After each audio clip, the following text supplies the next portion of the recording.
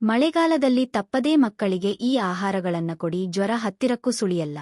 ಈಗಾಗಲೇ ಮಳೆಗಾಲ ಆರಂಭವಾಗಿದೆ. ಮಕ್ಕಳು ಶಾಲೆಗೆ ಹೋಗುವುದರಿಂದ ಆರೋಗ್ಯವನ್ನ ಕಾಪಾಡಿಕೊಳ್ಳುವುದು ಬಹಳ ಮುಖ್ಯ.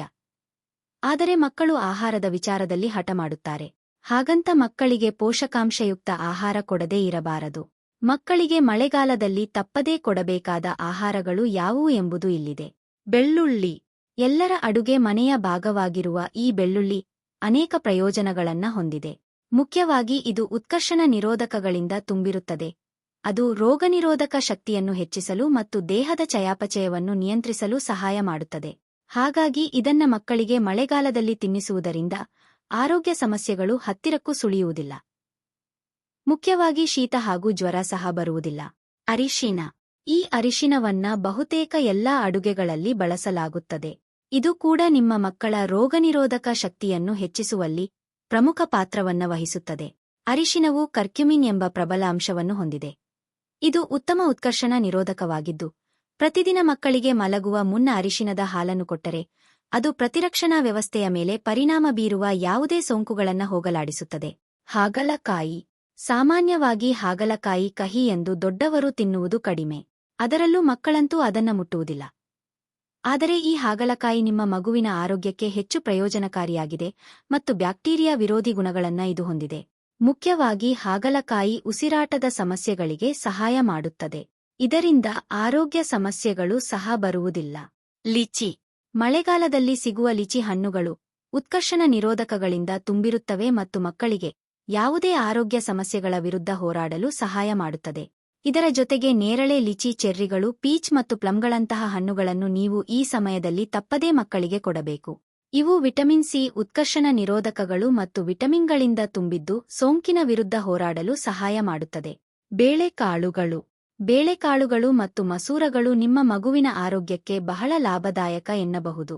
ಇವುಗಳಲ್ಲಿ ಹೆಚ್ಚಿನ ಪ್ರೋಟೀನ್ ಮತ್ತು ಶಕ್ತಿ ಇರುತ್ತದೆ. ಇವುಗಳ ದಾಲ್ ಮಾಡಿ ನಿಮ್ಮ ಮಗುವಿಗೆ ಕೊಟ್ಟರೆ ಯಾವುದೇ ಮಳೆಗಾಲದ ಸೋಂಕಿನ ವಿರುದ್ಧ ಹೋರಾಡಲು ಸಹಾಯ ಮಾಡುತ್ತದೆ. ಅದರಲ್ಲೂ ನಿಮ್ಮ ಮಗುವಿಗೆ ಜ್ವರ ಬಂದಿದ್ದರೆ ಇದು ಬಹಳ ಬೆಸ್ಟ್ ಎನ್ನಲಾಗುತ್ತದೆ. ಸೂಪ್. ಜ್ವರ ಹಾಗೂ ಶೀತ ಬಂದರೆ ಸೂಪ್ ಕುಡಿಯಬೇಕು ಎನ್ನುತ್ತಾರೆ. ಏಕೆಂದರೆ ಈ ಬಿಸಿ ಬಿಸಿ ಸೂಪ್ಗಳು ಮನಸ್ಸಿಗೆ ಹಾಗೂ ದೇಹಕ್ಕೆ ಶಕ್ತಿಯನ್ನ ನೀಡುತ್ತದೆ. ಸೂಪ್ಗಳು ಶೀತ ಬರದಂತೆ ತಡೆಯಲು ಸಹಾಯ ಮಾಡುತ್ತದೆ. ಮಕ್ಕಳಿಗೆ ಅಂಗಡಿಯಲ್ಲಿ ಸಿಗುವ ಸೂಪ್ ಪ್ಯಾಕೆಟ್ ತರದೆ ನೀವೇ ಮನೆಯಲ್ಲಿ ತರಕಾರಿ ಸೂಪ್ಗಳನ್ನ ಮಾಡಿದರೆ ನಿಜಕ್ಕೂ ಅನೇಕ ಲಾಭಗಳು ಸಿಗುತ್ತದೆ. Dry fruits. ಮಳೆಗಾಲ ಅಂತಲ್ಲ, ಯಾವುದೇ ಸಮಯದಲ್ಲೂ ಮಕ್ಕಳಿಗೆ ಡ್ರೈ ಫ್ರೂಟ್ಸ್ ಕೊಟ್ಟರೆ ಅನೇಕ ಆರೋಗ್ಯ ಪ್ರಯೋಜನಗಳು ಸಿಗುತ್ತದೆ. ಅದರಲ್ಲೂ ಮುಖ್ಯವಾಗಿ ಬಾದಾಮಿ, ವಾಲ್ನಟ್ಸ್ ಮತ್ತು ಗೋಡಂಬಿಗಳು ನಿಮ್ಮ ಮಗುವಿಗೆ ಬಹಳ ಮುಖ್ಯ.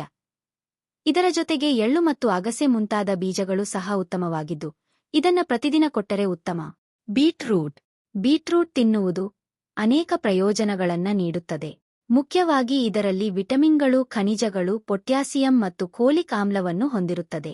ಈ ತರಕಾರಿ ತುಂಬಾ ಆರೋಗ್ಯಕರ ಮತ್ತು ದೇಹದಿಂದ ಕೆಟ್ಟ ಪದಾರ್ಥಗಳನ್ನ ಹೊರಹಾಕಲು ಇದು ಸಹಾಯ ಮಾಡುತ್ತದೆ.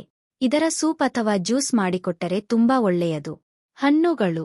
ಮಳೆಗಾಲದಲ್ಲಿ ಬರುವ ಕೆಲವು ಹಣ್ಣುಗಳು ವಿಶೇಷವಾಗಿ ಮಕ್ಕಳ ಆರೋಗ್ಯಕ್ಕೆ ಸಾಕಷ್ಟು ಒಳ್ಳೆಯ ಪರಿಣಾಮ ಬೀರುತ್ತವೆ.